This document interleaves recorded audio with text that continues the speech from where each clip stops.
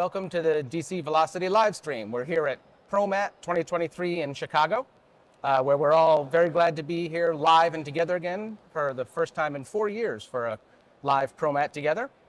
And here for our conversation today, we have Intralox. Specifically, we have Tim Kraus, who's product manager with Intralox. Thanks so much for coming on the show. Yeah, thank you. Really glad to be here. Appreciate it. Yeah. So, Tim, if you could just introduce yourself to our viewers here, just to get things rolling. Sure. Yeah. So, I'm Tim Kraus. I head up the product management group at Intralox. Been in the industry for a long time. Really excited to be back here at ProMat. Glad we're all back here together live.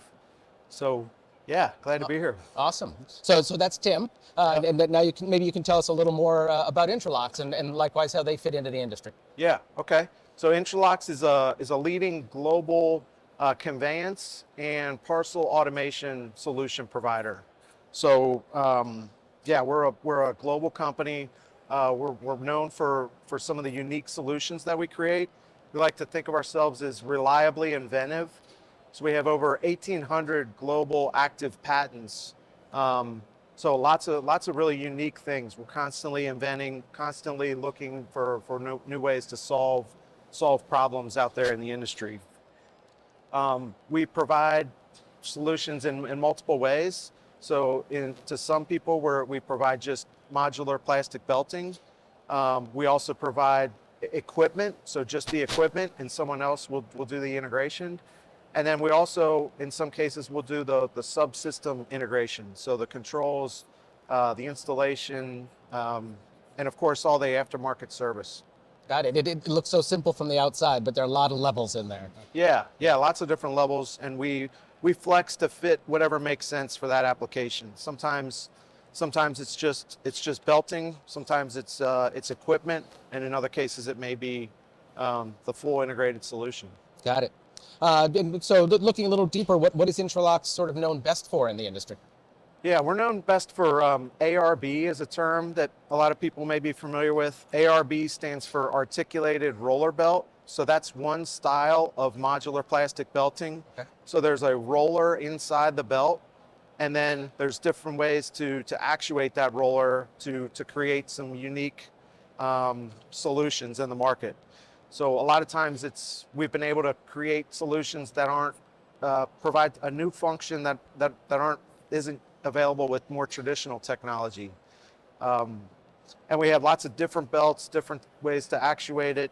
So the products that we're probably known best for is we do a lot of bulk sortation. So think of poly bags or cartons that are flowing in bulk, and they need to be distributed to different induction stations, let's say, in a building. Single item sorters, especially if there's poly bags involved or if there's large irregular products. So just item sortation. And now we've really recently invested quite a bit in our singulation solutions. So starting with a bulk flow of product and turning it into a single file, singulated flow of e-commerce mixed product. Got it. Yeah, I mean, talking about e-commerce and those poly bags and irregularly shaped items, there's a whole lot to be able to keep in mind to handle out there, I know. Yeah. Speaking of a whole lot to handle, what are some of the common problems really in the market trends that you see your customers having to deal with? Yeah, two that come to mind, I think, in terms of trends that our customers are bringing to us. They're looking for solutions where the same technology can handle the full mix of product, full mix of e-commerce products. So that could include poly bags that may have, a pair of earrings in it. So very small, lightweight, tough to handle.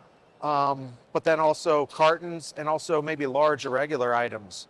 So especially in a last mile facility, it would be tough to justify automation, different types of technology to handle different types of packages. So that's the other trend that we see is more people interested in what types of solutions, what types of technologies might fit a last mile automation, because that's for the most part, that's an area of the industry that's still yet to be automated.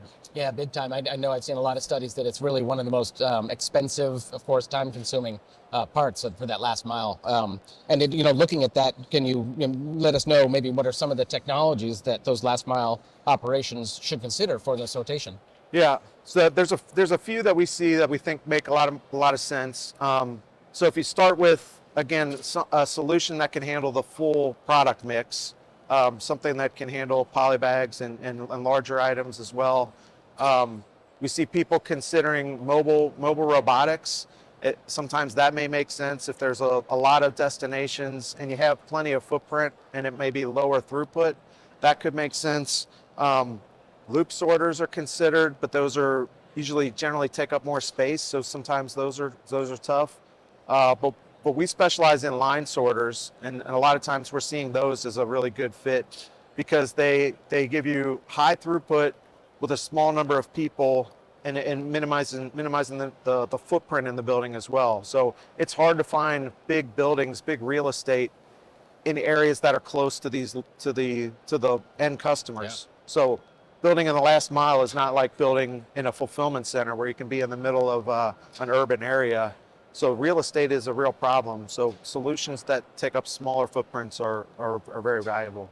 That makes a ton of sense. Speaking about making those decisions, though, what operational criteria in that last mile solution do you think folks should really consider when they narrow down the list of options? Because we've talked about a lot of things here. Yeah, lots of technology options. It can be confusing for someone trying to figure out. Walking around this show, ProMat, you can see 50 solutions that could make a good case to be a good solution. The things that we see people evaluating to make a good decision is the product mix. What can this technology handle? Can it handle my toughest things on the low end and the high end in terms of size and weight and characteristics? Another one is throughput. So can we meet the throughput, right? We have packages that are demanded to be out and on trucks by a certain time of day. So throughput's important. The footprint, I mentioned that with the buildings. So that's another just operational characteristic. I can only have so much room to work here. Makes sense. So if my destinations grow for that building, the more compact I can be in my automation allows me to scale in the future. The price is obviously important, but one that may be surprising, or one that we hear people talk about a lot, is because it's generally smaller buildings and they don't have a full maintenance staff. Our customers want something that's lower technology, that an entry-level maintenance person can understand and fix quickly. So yeah, those seem to be the top 5. Yeah, that seems like you'd come out on top if you took all those. So we've been talking sort of generally about a lot of these trends here. I wonder if you have any examples maybe of some last mile solutions that you may have actually helped a customer try to solve here. Yeah. So I can talk through a couple here. Oh, great. Get this video going. So here's one example. All right. Okay, so here's an example where again, this is last mile automation. So this is a primary sorter. Things are manually loaded onto the system. Before the automation, before the sorter, well, maybe a mech light audit was more of a mech light automation. So just conveyance. People are picking up packages, looking for a barcode, figuring out where it needs to go. Got it. So the before and after on this solution, we increased the throughput by 50%, and at the same time used 12 less people to do it. Wow. So it's a dramatic increase in footprint while also reducing the needs on the temporary labor. So that's huge during peak, when you need to find extra people to get through your busiest time of the season. So that's a good example. Yeah, absolutely, because it seems like that would help you hit that ROI, which is everybody needs the return on investment to make it work. Yeah, and the labor is tough to find, and right, you need it most during your peak season. You don't want to be reliant on the temporary labor market. Is critical. Got it. A similar one, Yep. just real quick. No. Another a metric that tends to be used is the items handled per person per paid hour. Okay. So pieces per paid hour. So another last mile, another customer we did a program rollout with. They started without the automation. They were at 100 pieces per paid hour. So they were using 12 people, each person sorting 100 pieces per paid hour. After we implemented the automation, that metric went from 100 to 480. So for each person working there, you're getting 480 items, pieces per paid Almost hour. 5 times as much. That's right. Yeah. Yeah.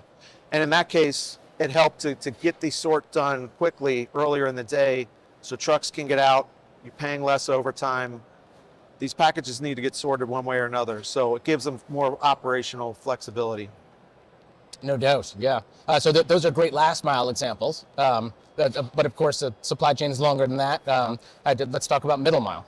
Yeah, middle mile. So a lot of the technologies that we deploy, they work in both. And actually, a lot more automation in the middle mile before last mile was ever a concern or a thought. So a lot of the solutions that we're providing will work in both types of buildings. Middle mile tends to be much higher throughput, but there may be similar destinations. So a case study example for a middle mile solution, using that same metric, we've taken operations that are sorting 350 to 400 pieces per paid hour, and then doubled that up to 750 pieces per paid hour when we add automated singulation, high-speed singulation, and high-speed sorting. Got it. Yeah. So I can imagine that in my mind, but Yeah. some really fast stuff flowing by there. So you've done a lot of projects with a lot of companies here. Can you share maybe what some best practices are for companies that are looking to automate that middle and that last mile both?